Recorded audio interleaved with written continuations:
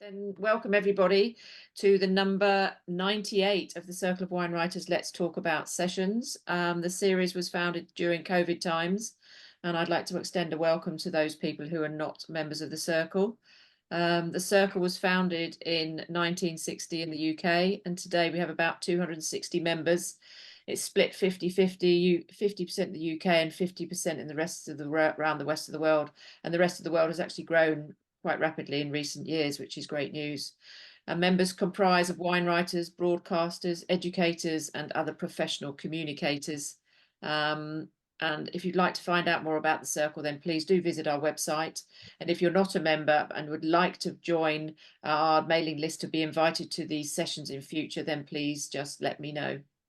Now I'd like to hand over to Liz Saggis, who's committee member and in charge of organising these great range of events. Over to you, Liz. Good afternoon, everyone, and thank you very much for coming to what should be a fascinating session and a very important one about the reuse of wine bottles. I'm going to hand over almost immediately to Lynn, better known as LM Archer, a Circle member who's been responsible for setting this up. And she's an award-winning writer for all sorts of publications worldwide. She's based in the States on the West Coast. And her particular interest in writing is sustainability. So this is all very appropriate. So Lynn, over to you to introduce our speakers and the theme, and then the speakers will talk about individual aspects of bottle reuse. Thank you, Liz, and thank you, Andrea, for your help today organizing this event. Welcome wherever you are in the world. Thank you for attending today's Let's Talk About Bottle Reuse panel discussion. As wine writers, you each bring a unique voice, a unique point of view, and a unique platform to this discussion. And as a wine writer myself, I consider wine the canary in the coal mine of climate change. And so we've already witnessed the power of wine writers to educate consumers about climate change and to shift industry behaviors regarding the topic of bottle weight in particular. Hopefully today's discussion will empower you to advance the topic of bottle reuse as a tool for combating climate change too.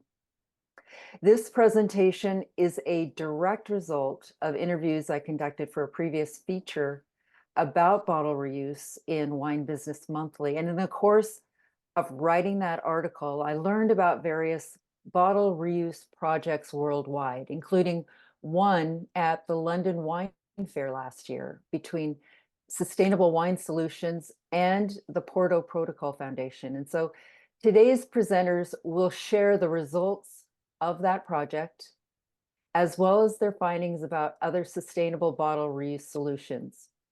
I'm truly honored to introduce them to you now. Marta Mendoza provides a macro view of bottle reuse today. Her professional career spans nearly 2 decades, predominantly within marketing and sales, collaborating with a diverse array of brands, countries, industries, and corporations before establishing her own firm in 2016. Since 2019, she has been running the Porto Protocol Foundation in Porto, Portugal. Muriel Chantel will talk about B2B viewpoint. She's the founder of Burrow Wine Importers Limited and Sustainable Wine Solutions, also known as Burrow Wines, in London. She's from a family of winemakers in Bergerac, and she has led the way for wine refill in the UK with her straight from the barrel concept at Burrow Market in 2002. Finally, Diana Snowden-Sayce will present the producer viewpoint. Diana was born and raised in Napa Valley, graduating in viticulture and enology at UC Davis in 2001. She is a member of the Porto Protocol Foundation Global Steering Committee, and today devotes herself to Domaine Dujac in Burgundy, Snowden Vineyard and Ashes and Diamonds Winery in Napa, and Domaine de Trient in Provence. So without further ado, let's talk about bottle reuse. Thank you very much, Lynn, Andre, and Liz, and thank you, Lynn, for this invitation. This is really a wonderful and privileged stage to talk about this amazing group of people, because at the end of the day, it's people that we're talking about that are daring to travel the road less traveled. So let me start sharing our presentation with you. So what we're going to see today here is, let me see if my screen, okay. So we call this story Bottle Loop, and it's really a story. It's about a handful of very enthusiastic and very passionate people. 3 of them, counting with me, are here in this room, that are involved with the wine world, and in a variety of ways, together or individually in their own way, they're on a mission to kickstart a whole new industry that is inspired by the idea of circularity. But before we tell you that story, let me also tell you the story about the Porto Protocol, because we are 3 protagonists here in this room about this story. But let me tell you Porto Protocol. So we are the biggest global wine community, and we are based on collaborative sharing. So that means that what we ask from the hundreds of members that we have across the wine world and across the wine value chain is that they share with us what they are doing to address climate change, so we can foster collaborative learning and ideally accelerate climate action in the wine world.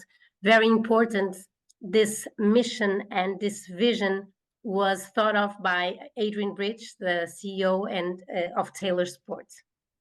So as an organization, we work in 4 impact areas: packaging, and you probably know why; water, and you probably know why; restoring ecosystems, because whether we want it or not, we are in a way a monoculture.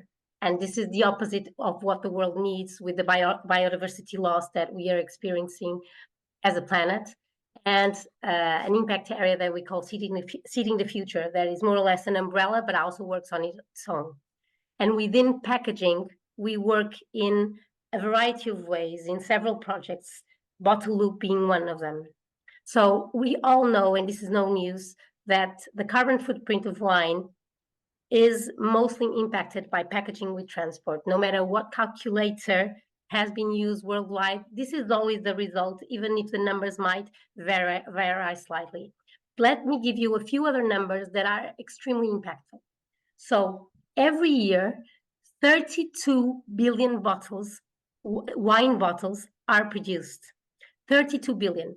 And if we do very simple maths, okay, and this is roughly a rough calculation, by having the least estimate for the carbon footprint of a bottle of wine, we know that this means that the industry, in terms of packaging, emits around 19.8 billions of CO2 into the atmosphere. So if we compare this to the rest of the real world, so to speak, this means millions of passenger cars emissions, and is like a fraction of what long-haul flights represents. Another very important number, and many of you are in the UK, is that wine, beers, and spirits packaging represent 20% share of the impact of UK supermarkets. So 20% share of packaging impacts in an average UK supermarket comes from the packaging of wine, spirits, and beers. And as an organization, as we told you, what we look for are solutions to address the various ways that wine industry impacts the environment. And as we were looking at packaging, we came across a variety of solutions that we continue to explore. And that's something that is very important, because one solution does not fit all. And from our standpoint, this is a solution that has to evolve and has to be in the table because it's feasible. But there are many others. You can import in bulk, and actually the UK is it's probably the best example in the world, together with Germany. You can lighten up your bottle. You can fix the furnaces, and this is way from ideal. So as we know, and as you probably know, the temperature in glass producers' furnaces is the big issue when it comes to producing a glass bottle. So fixing the energy used for furnaces is a huge issue. But we can also increase deposit schemes and increase the percentage of cullets, or increase recycling rates, or go for alternative packaging that have a much lower carbon footprint, and in many times also lower water footprint. But what about circularity? I mean, where do we close the loop here? Where do we bring the waste we generate into this conversation? And that was the piece that was missing. And because this is a story, and at the end of the day is a story of people, one day we came across, okay, let's start with Diana. Diana was a part of the organization even before the team joined. And the team is Christina here on the left and me here in the middle. Diana was already part of this organization as a member. And I don't even know, to be very honest with you, when the conversation started in regards to reusable. And we also met Muriel. At first, she was very suspicious of us, let me tell you. But then we started bringing Diana and Muriel, and something started to flourish. And again, it was more than 3 years ago, and I don't even know how this happened, but it was a passion for circularity that sort of united us. And as this evolved, we, as these 4 people, but way more came into play, and we'll tell you about that later. We started digging into the information we had, what Muriel knew, and we started really playing detectives and finding out what existed worldwide. And sometimes we didn't even have to play detectives because the information came to us and the people came to us. But we found amazing data. So what is the data telling us? The data is telling us, if you look on your right, this is a very clear way of seeing the impact of a single-use bottle and a reusable glass bottle. So the main difference is not so much distribution or secondary and tertiary packaging, is the bottle production and the end of life. And look how incredibly we can reduce the impact, the environmental impact of a reused bottle in regards to a single use.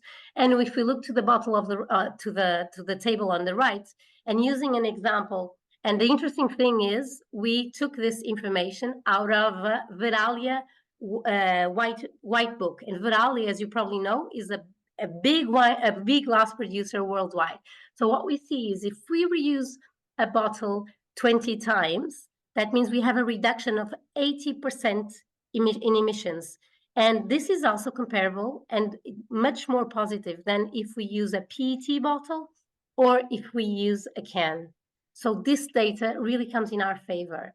And okay, this is data that it's not in real life, it's a calculation. But let's look at the oldest running reusable scheme in the world, that is in Austria. It's called Styria Bottle in the Styria region, and it has been running for 10 years now. And they've calculated the environmental effects of reusing a Styria wine bottle. And we're talking about 96% energy savings, 95% CO2 savings, 99% mineral raw material savings. And I'm going to say here something that Muriel, I'm not sure if I'm going to steal the line from her, but the United Nations has been telling us that we have to stop using sand, and sand is the second most used raw material after water in the world, and this is huge. And going back to this slide, 60% water savings. And then as this story evolved, as we found out more data, started talking more and more with Muriel and Diane, this amazing opportunity, it's fair to say that we created the opportunity. We challenged London Wine Fair as we were talking to them. And because we knew Muriel would definitely come on board, we challenged the London Wine Fair to an amazing opportunity that made history. And I pass on to you, Muriel, to present more details about this presentation, this challenge. This challenge. Thank you, Diane. Thank you, Marta, for this introduction. Hello, everybody. So, yes, we joined forces with the London Wine Fair. We wanted basically to see what it looked like. Why were people so opposed or were a bit wary of bottle return scheme? What was the problem? Where everyone was talking about the bottle not being standardized, and at the end of the day, it's quite nice to be able to see for yourself what is the reality. It's true that I didn't kind of expect to receive that picture in my warehouse. That was a bit, was a bit crazy. But the thing, Marta, can you carry on with a slide? Or someone? Yeah, next slide. So we received 20,000 bottles from the London Wine Fair, which is a lot. And when we started, we didn't know what we were really looking for, other than, we wanted some data. And no one really had that data. So that was interesting. And then, so we spent 3 minutes per bottle. So that's a lot. And this is why we stopped at 1,095 bottles, because we had enough information as far as we are concerned. Out of 1,095 bottles, over 800 bottles were different.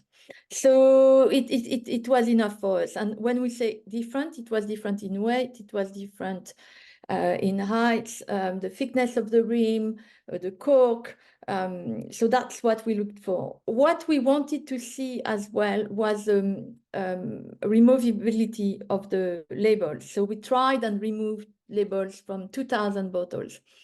We managed to do it 80%, which is good success. But when I say we managed, we spent a long time doing it. But our equipment is not optimized. And what I wanted to say was, if we can't do it with an equipment that is less than optimized, then it means that industrial can do it in a much more efficient way. Because basically, according to me, all bottles are reusable. The concept of a bottle that is not reusable, that doesn't make sense. And however, once we had all this data, we realized that actually the bottles are very similar. If you ask someone from outside the wine industry to look at those bottles next to each other, well, they look like wine bottles. Some are Burgundy, some are Bordeaux, some are flutes, but most of them look the same. The code is very strong. Harmony in shape, harmony in colors, high consistency. Because even though the fact that the bottle is between 29 centimeter or 31 centimeter seems like crazy, it's like you want to cry. You think that's mad, and then you realize, well, actually, that's not mad. That's only 2 centimeter. And I don't know one winemaker who is going to call the glass distributor and say, actually, I want a bottle that's 29.5 centimeter height. This is a concept that this doesn't exist. So in fact, that's when we realize actually those bottles are not different. They are very, very similar. Okay. And so, yeah. Sorry, Muriel, tell me if I went too fast. No, that's good. You can go to the next one. So yes, so that was a very happy moment to realize that actually those bottles are similar. So what do we do with this information, Because that's the beginning of everything. Before everyone try and find the magical bottle that's going to work with everyone, everybody, etc., which would be amazing. But, sometimes perfect is the enemy of good. I mean, not sometimes, most of the time, actually. So what we realize is actually that the industry is very disorganized, with very unclear leadership between clients and suppliers. And by suppliers, I'm talking about the bottle manufacturers. And in terms of the wineries, I think they are a bit too passive in that. I mean, maybe not the big ones because they know what they want, etc. And that's, basically they call the shots. But the wine industry is made of a lot of small producers who basically they have this bottle distributor coming to see them and trying to sell whatever they have in their warehouse, basically. And so, in fact, it's kind of like, okay, if we could, because it's all about leverage. What I realized, around climate change is that if you want things to happen, you need to know where is the leverage. And if the wineries all of a sudden are aware of what they need to ask, or are aware of the implication, or at least are aware when they make the wrong choice, because it's okay to make the wrong choice, as long as you know you are making the wrong choice and you are not pretending to make the good choice. So empowering producers seems extremely important. customer acceptance as well. It's quite crazy, this idea, and I think, I mean, we all know that Genesis did a lot of work on that in terms of the weight of the bottle to make people understand that it's not necessary to have those heavy bottles. And in fact, even these days, even in business schools, even in wine business schools, the bottle, the weight of the bottle is still something that's valued. And, you know, and so that's quite deep, because as a consumer, and that, I mean, that opened something else here, but it's true that wine is something people don't really know what's in wine. And we are professional, we understand it, but the consumer doesn't completely understand wine. It's the only thing that doesn't list its ingredients on it. I mean, that's about to change, but and so what do they start from? I mean, you know, they kind of want to buy a bottle of wine that they are going to enjoy, and hopefully it's not going to make them sick, you know. So yeah, if people have in their head that the more premium the bottle, the better the wine, then it's kind of hard to go back from that, you know. And in terms of scale impact, yes, I think the idea that I'm talking about label, which to people in the audience might seem a bit a detail, but it's a very critical detail. This is a kind of detail that makes some people refuse to clean bottles because the label is too hard to remove. So that's a very crucial. And to me, okay, it's better when it's easy, when you can remove it easily, but that shouldn't stop us from pushing. And, you know, we need to be able to deal with whatever is in front of us, basically. So in terms of scale impact, there is nothing stopping us. And yeah, that's it. Proposed solution. That's so easy. But we need journalists, actually. So the idea is to have an international reuse ready charter. So what does it mean? It means that the only thing we ask of producer, we don't ask them to join a bottle deposit scheme or to you know, they're busy. Those guys, they want to sell their wine, and it's very complicated for everyone at the minute. And climate change is not just the bottle, it's on the farm, it's losing your crop. So it's but however, if you make it this thing where you say, okay, the only thing you have to do is to choose a label that's going to be easily to remove, to buy a bottle that has been used before. And the thing is that they are so angry with bottle manufacturer, I mean, at the minute, that they will all do it. I mean, you can hope that just, I mean, because it doesn't matter why they do it. If they do it because they are angry with the bottle manufacturer that charge a fortune for wine bottle during COVID, and then published, you know, published for their shareholders only, like if it was, you know, how much money they made. So, you know, so I think to me, every type of news is good news, like if we can use it to help the cause. And so if you're a wine producer, I'll try and buy a secondhand bottle first. I would try and buy something that's lighter, have a label that can be removed. And even if you don't think about it being removed, the fact that it has a water-soluble glue and not no hard chemical is a lot better for the environment. But the other thing is also consider alternative packaging, because I mean, and we'll see that after when I talk about what we do as sustainable wine solution. But it's true that we should only use a bottle when it's value when there is value around it, when it's added something to the experience.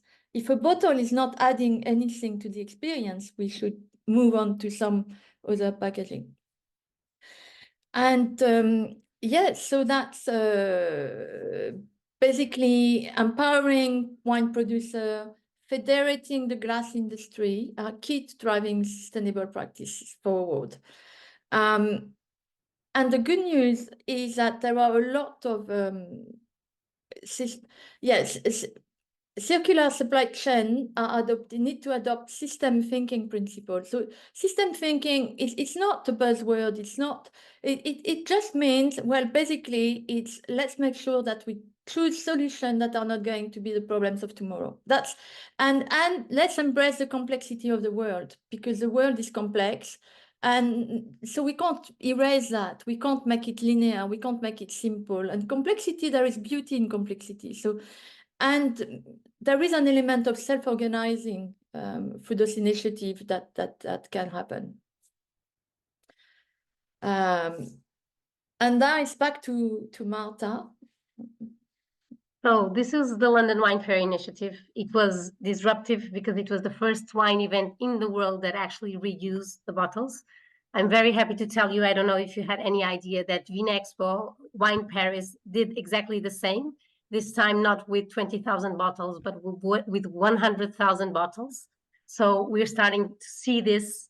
So we started it in London, but this already was repeated in a big event. And this is a very good sign for the industry because it creates a benchmark.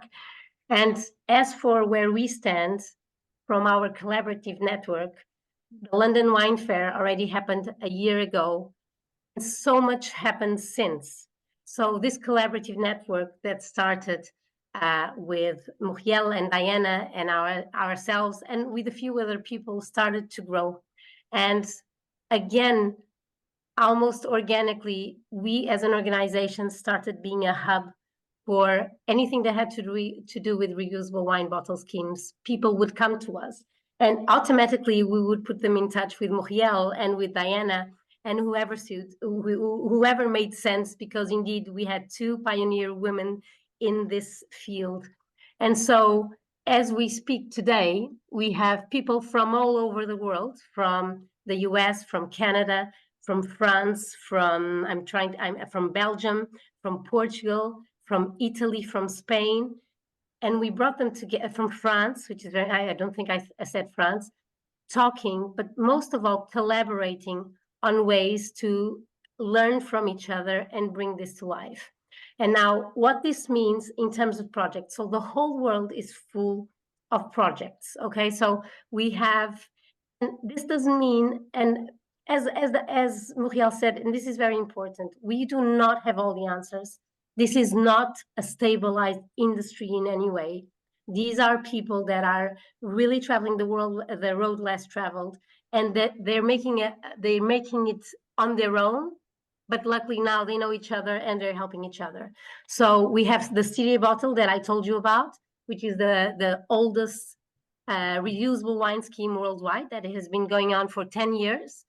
And we have a consortium in Germany with all the stakeholders, okay, from retailers to washing bottles to universities, with everyone. We have the same in Portugal. We have Reboto Vino in Spain, which is a pilot project for the second time, in fact, led by the Torres family and González Biaz. We have amazing projects in the US with Conscious Container and Revino in two different, in Oregon and in California.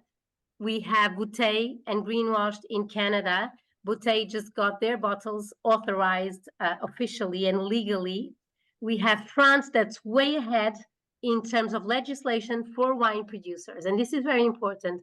France already has legislation compulsory for wine producers to increase the amount of bottles for reuse in France. And in France, in fact, we have more projects than in any other country, more washing facilities and more, for example, we have, and these are members of ours, OA for Good, which is a company that bottles wine from a variety of producers in France.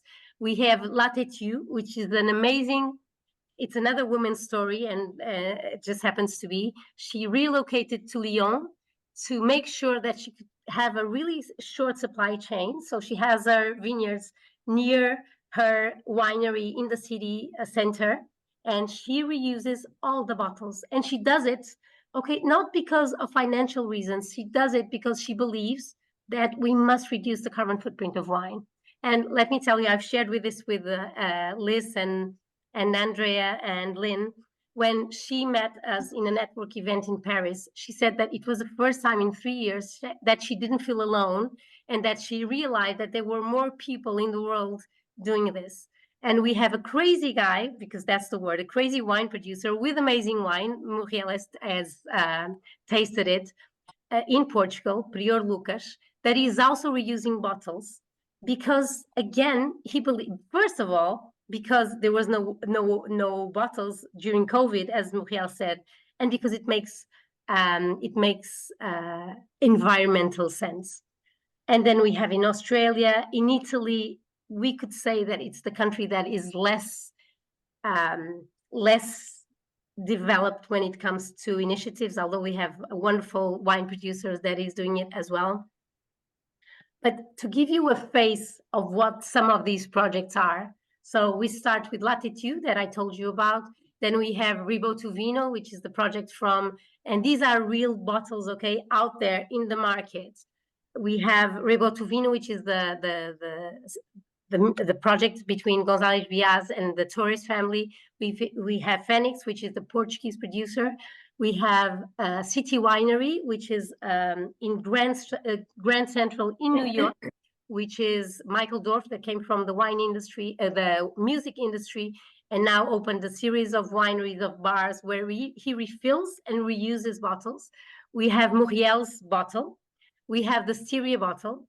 We have Lowell Juice, which is also a tasting room in California that has a unique and patented project or formula in which he takes the wine from the barrels to put them in refillable bottles. We have a way that we told you about. Let me just not speak about Snowden just straight away. And then we have the Rivino on the right. So I'll now pass the word on to Diana, because Diana has launched a wine called Cousin Snowden in a reusable bottle. And I'll pass on the word to her, and she'll give you the producer's perspective and why this makes so much sense. Diana, the stage is yours. Thank you, Marta. Good morning, everyone. You can hear me? Yes, I've got my mic on. I would like to begin by thanking all wine writers from the bottom of my heart for truly stepping up and shining the light on the importance of sustainability. I am so grateful. So I think I'll begin by telling the story of how I came to Porto Protocol, because Marta raised the question. So I grew up, of course, in Napa and went to UC Davis, and my professor at UC Davis of engineering, Roger Bolton, is one of the pioneers, I would say, on the subject of sustainability within the wine industry. And when I was a student, I remember distinctly raising my hand and asking about the carbon dioxide emissions from fermentation. And his answer at the time was, well, it will be reabsorbed by those same vineyards the following season. So it's a net zero. And if we fast forward a couple decades, he has absolutely changed his perspective on that subject and has designed a prototype for capturing carbon dioxide from fermentations. And when we were redesigning our winery at Domaine Dujac, I got back in touch with him on that subject. And he said, he gave me lots of free time and advice so that we could move forward on carbon capture, CO2 capture from fermentation. And he said, you absolutely must join Porto Protocol. And I did what he said, and I joined Porto Protocol. And because I had taken on the subject of carbon dioxide capture from fermentation, which is pretty technical and cutting edge, I quickly got a place of privilege within this wonderful community. So the second legacy that I carried on from Roger Bolton was bottle reuse. It is just so blindingly obvious. And from a producer's perspective, you want to put your wine in something, especially if it's going to be in there for several years, something that is chemically inert. That is absolutely non-negotiable. So, you know, bag-in-box, yes, that is an alternative, and one that's great if the wine is going to be consumed within the first year. But most of the wine that I produce doesn't stay doesn't get drunk within the first year. And even Domaine de Trienne, where yes, all of our rosé is consumed within the first year, the shelf life of a bag-in-box is so short that we can only sell bag-in-boxes in Europe. And with rosé, you know, red wine is a different thing. With rosé, you would lose half of the shelf life just in the transport to the United States. So for me, bag-in-box was not an option. And I guess in 2015, when the Paris Agreement rules were announced to the world that we need to reach zero emissions, well, there was only one answer, and that is washing and refilling inert bottles. And this has been done in Burgundy since forever. When I arrived at Domaine du Jacques, we had a pile of bottles and we were washing them and reusing them in-house. And I'm embarrassed to admit that I was the person who put a stop to this, because my father-in-law had a bunch of different bottles over time. And as both Muriel and Marta said, winemakers will refuse to reuse bottles if they have varying heights. But we have started again recollecting bottles, and we use a service from Serge Chevaux. So we're very lucky in Burgundy that we have Serge Chevaux, who washes about 5 million bottles a year for reuse. And either they do lots that are collected at the domain and they wash them for you, or they buy back, ends of lots from different producers, wash them and make those available for sale. So that is what we're doing for the moment in Burgundy. And as Marta said, in France, we have a décret, which applies to any producer over 10,000 bottles a year, which is really quite small, to wash and reuse 3% of their bottles this year, and by 2030, 10% of their bottles. And another thing that is frequently a point of debate within bottle washing is, must the bottle be heavier?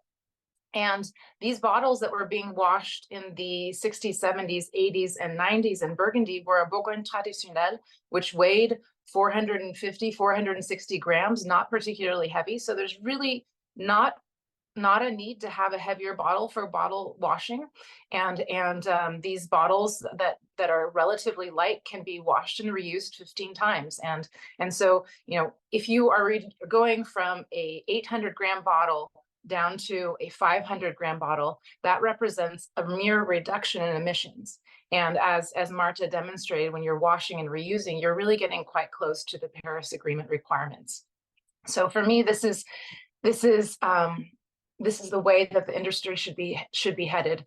And I would say in 2017, when we had the fires in Napa, I realized that my job as the elder statesman now of protecting terroir was to start to rethink wine industry and wine production and distribution in a way that would be complicit and harmonious with the Paris Agreement goals.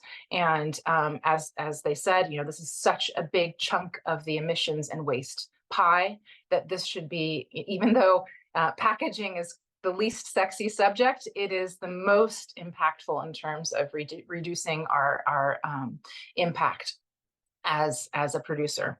So when I was visiting Serge Chevaux and speaking with him about 2 years ago, he brought up the issue of the label and getting the label off. There are a bunch of very physical barriers that we need to get over. And so I decided with my family, with my cousins, to trial a hydrosoluble label, because the problem has been that even labels that were marketed as hydrosoluble sometimes get a finishing coat on the outside, which makes it less easy to get off, but prevents it from smudging. So we requested not to have this finishing coat put on, and the printer said, "Oh, but you're going to get smudging." And the answer was, well, in life we have choices. I'd prefer to have a label that comes off. So we started this label called Snowden Cousins with the ambition of just seeing how the label would come off. And through Porto Protocol, we met both Muriel and Melissa Saunders, and their two companies are doing all of the distribution of this wine and selling only to accounts that will accumulate the empty bottles for them to be recollected and washed. And it's very small scale, but nonetheless, it's running, it's going, and we just couldn't be more pleased about it.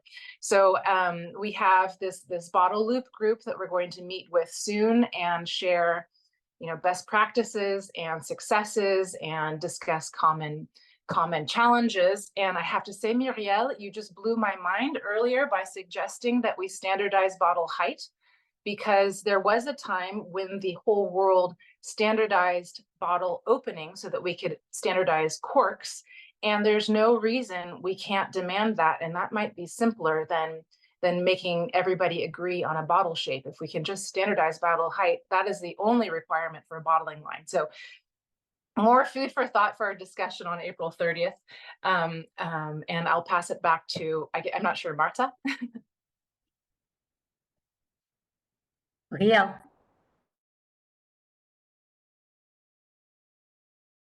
Muriel, you're on mute, but now we I'm on saw mute. the view of the producer. Now we're going to listen to Muriel talk about the view of a wine importer. Yeah. And it was so fascinating, Diana, listening to you. And for info, we tried, I had this testing at 67 Pall Mall yesterday, and we tried Snowdon Cousin. And it went very well, and I hope that we'll get some article about it. That was, yeah. So sustainable wine solution, basically, I started in retail, as Liz mentioned, but really and we started by doing wine refill. But at the time, it was not necessarily, but the challenge was not, my concern was not necessarily sustainability, it came a bit after. And now really my mission is how can we supply wines to the trade in a sustainable manner. And so we supply wine exclusively to restaurants, because this is where we can work on a closed loop and trial those bottle return scheme. And in the UK, and I'm based in London, we distribute all over the UK. And so for a bit of stats here, so that's quite scary. And that's according Recycle Now. So the UK hospitality alone throws an estimated 129,000 tons of glass into landfill every year. I mean, that's just the UK hospitality, that's crazy. And so the model we are proposing is like, how can we address that, but in a way that works and it's all gain and zero pain? And because concretely, what do we want? We want to reduce the need for bottle by adopting alternative format. Whenever it's possible, we want to choose a lighter weight bottle that can be reused. So it's a circular economy approach, which designs out waste and keep materials such as a glass bottle in use for as long as possible. And so basically everything we do, it's about reduce, reuse, and only last recycle. So circularity in action, we import our wine in small bulk. So when I say small bulk, it's really small bulk. It's bulk of 1,000 liters. And it's low intervention wine. So it's without being 100% natural, it's mainly biodynamic, organic, sustainable practice at the winery, low sulfur. And when the wine arrived in London, we bottle it and we keg it in reusable bottles and reusable kegs. We deliver with zero secondary packaging. And I mean, that's, I don't know if any one of you have worked in a restaurant, but whenever a delivery of wine arrives in cardboard boxes, this is crazy. It's first, it's very unpleasant. It's a very unpleasant operation. Then you've got all this cardboard. Then I mean, it's not a pleasant experience.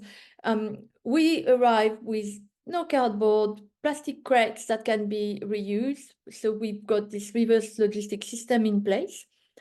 And then, so that's a very virtual loop. So that works super well. And what we wanted to see, so we wanted to be a proof of concept.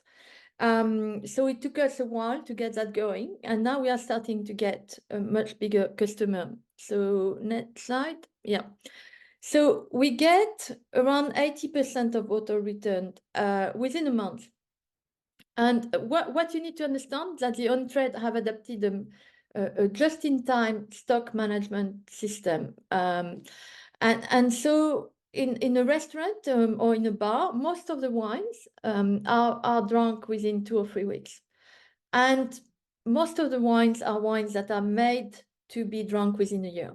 So basically, that's a lot of bottles that end up in recycling bin while not having added any value to the experience. So that's why now our bottle return. So in fact, we started with a heavy bottle because, well, when you start something new like that, you know, I talked to the bottle manufacturer, they recommended 600-gram bottles. I mean, that I wouldn't listen, but I still went to 550. And because it was COVID and we couldn't supply restaurants because they were closed, we started with shops. And for me, I thought there is no way I'm going to use a heavy bottle because consumers are not going to bring back the bottle. And so if my bottle is, you know, heavy and they don't bring it back, I'm not helping and making the problem worse. And so I thought, okay, let's get the 390-gram bottle. I mean, 420, it's, you know, light bottle I could get. So at least if the bottle doesn't come back, it's being recycled like another bottle. And so, and we other format we'll use is 20-liter kegs. And the keg, 20-liter keg is 27 bottles. So that's super convenient. You save on refrigeration, you save on space, you save on 27 bottles that doesn't need to be produced. And also there is also the benefit of that it's more economical, you know, which is an important factor because on the cheaper wine, most of the money is spent on packaging. So that's a bit crazy. And that's how I started actually. My thing, I wanted to sell good wines, you know, for the price of a cheap bad wine in supermarket. So when I looked at the full thing, I thought, okay, what needs to go? I want to spend money on the wine. I don't want to spend money on packaging. So that's how I got into wine in keg. And clients, I'm very pleased with my list of clients. Actually, it took a while, but so we've got Silo on here. So well, which is famous restaurant. We've got the Royal Court Theatre. We've got Mida. So all that I want to show that it works for everyone, whether it's great brewery who order 20 cakes per week, whether it's Silo with a bottle return, whether it's the you know, Royal Court when they are super busy, it works super well for them and they have no waste. It works. You know, as soon as people try it, they embrace it completely. Yes, so that's our story. That's who we are. And so we heard two examples, Diana and Muriel, that have gone with reusable wine bottle schemes in a completely different way. A few of the lessons we've learned individually and collectively is that, of course, we have to take into account the economics viability, and reverse logistics has a big weight in this, and we're still finding the best solutions. Standardization, the label is a huge issue, and it's probably, correct me if I'm wrong, Muriel and Diana, but it's when we're washing bottles continues to be the biggest challenge, and having so many different bottles, although many very similar amongst themselves. We need every stakeholder of the wine value chain and new ones, because this is a new industry, to be on board. So this needs to be a value chain. It's not always the answer. And so glass bottles are reusable, but as we speak, a scheme is not always the most environmental and economic solution. So this makes sense within certain circumstances as we speak, while we don't have a worldwide industry, and the power of collaboration. Now, using an expression or a quote from Muriel, business as usual won't do it, but collective intelligence will take us there. So to finish, we have to keep it simple. And just for you to know, as next steps, we have Bottle Loop as our biggest, our second gathering for this collaborative network. And on May 2027 at the London Wine Fair, we'll have the second chapter of this reusable story with Reuse Ready, which, as Muriel has mentioned, is a way of telling how can we empower producers to be ready for this next chapter of the industry. Thank you for your attention, and thank you for the invitation. Thank you. Thank you. Thank you, Marta. And thank you, Muriel and Diana, for sharing your insights and your knowledge today. I'm wondering, is anyone attending here today? Do you have any questions of this amazing group? Becky Sue? Yeah, I was thrilled to hear about this, and I would like to know if we can somehow hear progress reports on what happens in the future. I didn't really know that the London Wine Fair was doing this again, Wine Paris, etc. And also I was thinking personally, I live very far from any winery of size, and is there a movement basically within the on-trade?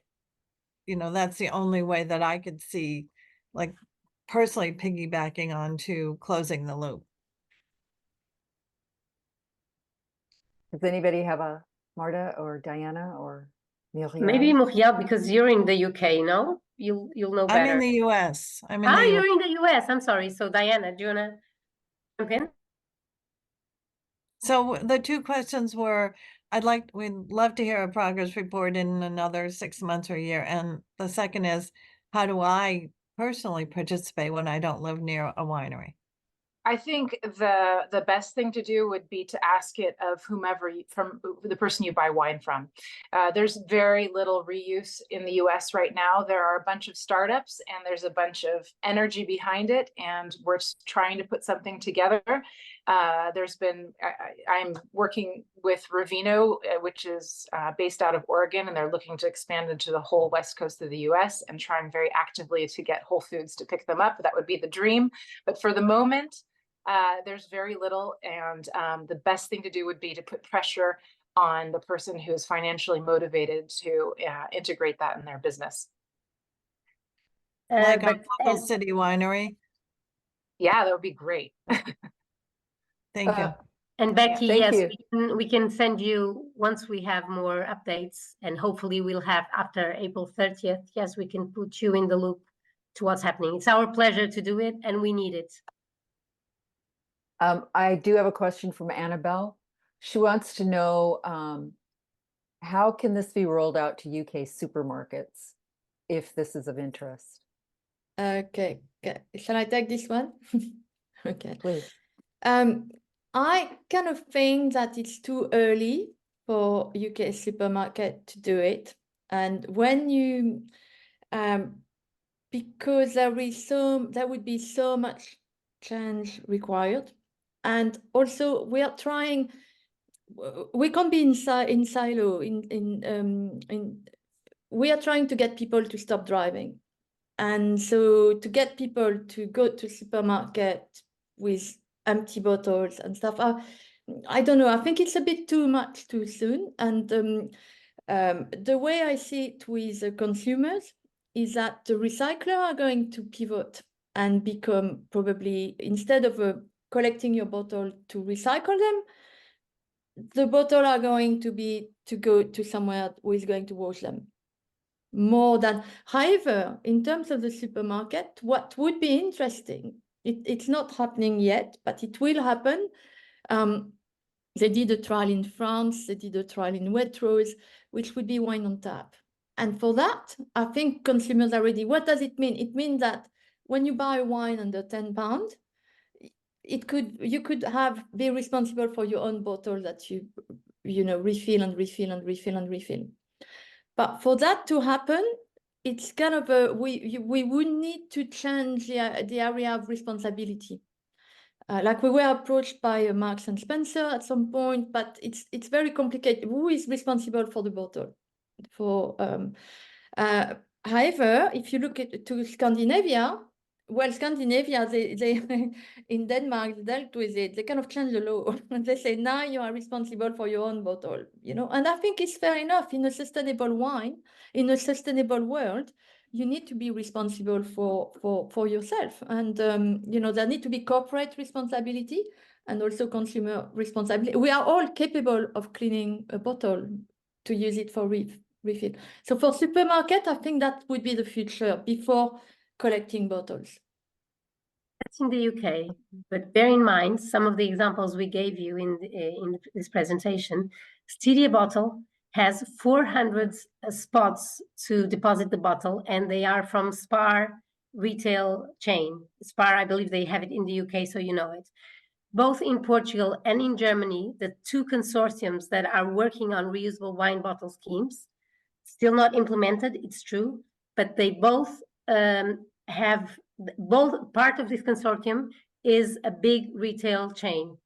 Different chains, in Portugal is one, and in Germany is another, but big retail chains for each country. So this is happening, and it's very difficult for them. They do not have space, but they are becoming part of this. Okay. Any other questions? Well, I would like to thank everyone who's attended today, and I hope Marta and Diana and Muriel that you'll consider coming back and doing a recap of this next year for the rest of the members, and filling more people in on what you're doing, as well as your one-on-ones. And